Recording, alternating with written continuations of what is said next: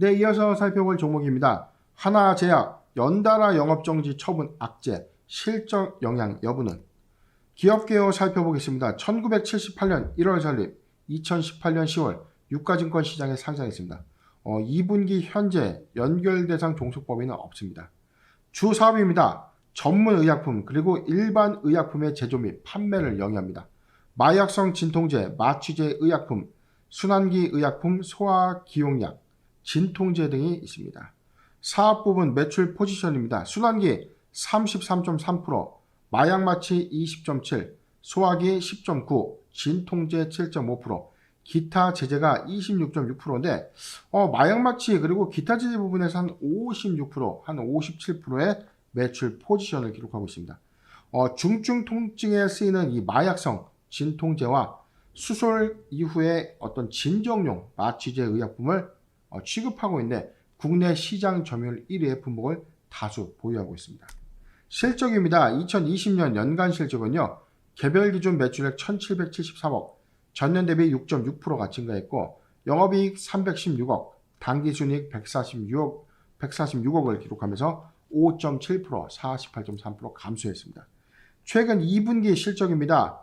매출액 486억, 전년 동기 대비 16.1%가 증가했고 영업이익 106억, 당기순이익 87억을 기록했는데 전년 동기 대비 65.6%, 67.3%가 증가됐습니다. 최근 실적은 4월 1일부터 6월 30일 기준입니다. 체크포인트입니다. 식품의약안전처 영업정지 처분, 이 영업정지로 인해서 실적 영향이 있을 것인가?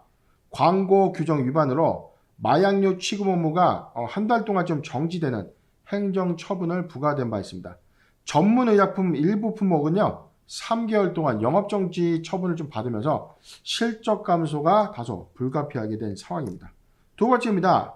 하나제약의 영업정지, 집행정지 가처분, 행정처분 취소로 소송을 좀 제기하겠다라고 좀 회사는 좀 밝혔는데 영업정지 이전까지 영업활동과 유통을 통해서 많은 양을 먼저 선공급해서 이 피해를 최소화하겠다라고 회사는 좀 밝히고 있는데 자, 이 규모가 어느 정도 좀 추정될 것인가 좀 살펴볼 필요가 있겠죠. 세 번째입니다. 순환기 마취제 의약품의 성장 기조가 유지되고 있는데 마취제 신약 출시 기대감이 부각된 상황이었습니다. 신약 마취제 바이파보주의 이 매출 본격화가 주목되고 있었죠. 처방 목록을 현재 좀 등재하고 있는데 등재가 모두 완료된다면 본격화된 실적 반영으로 좀 이어질 수 있는 흐름입니다. 2022년도에 완공 예정인 이 주사제 공장의 가동에 따른 이 실적 반영 효과로 외형 성장 여부에 또 주목되고 있던 상황입니다. 마지막입니다. 바이파보주 신약 글로벌 판권을 획득했는데 글로벌 한 7개국의 해외 판권을 좀 득하면서 해외 위탁 생산 기대감마저 좀 부각되고 있는 거죠. 마약성 진통제, 마취제 부분이 해외에 이제 판매가 되는 겁니다. 그런데 이 위탁 생산 부분에 대한 기대감도 반영되고 있었는데 자, 그런데 이런 중대한 상황에서 한 달 동안 마약류 취급 업무가 정지됐다. 자, 이 부분이 시사점에서는 굉장히 큰 겁니다.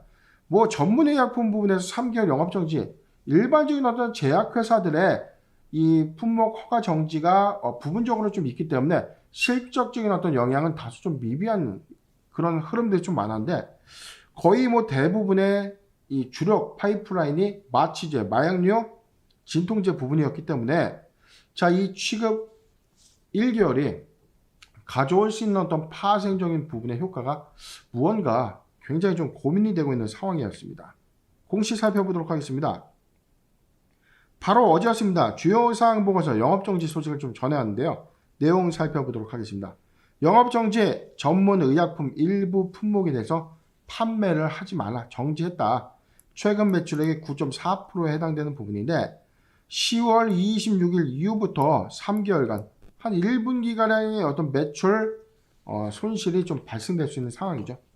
영업정지 사유는요. 의약품 등의 판매 질서를 다소 위반했다. 이에 따라서 회사는 집행정지 신청과 행정처분 취소 소송을 통해서 일단 가처분이 좀 인용이 된다면 유통은 할 수가 있습니다. 최종 판단 때까지 할 수 있는데 만약에 최종 판단에서 확정이 된다면 영업정지 처분은 피할 수가 없는 상황이다.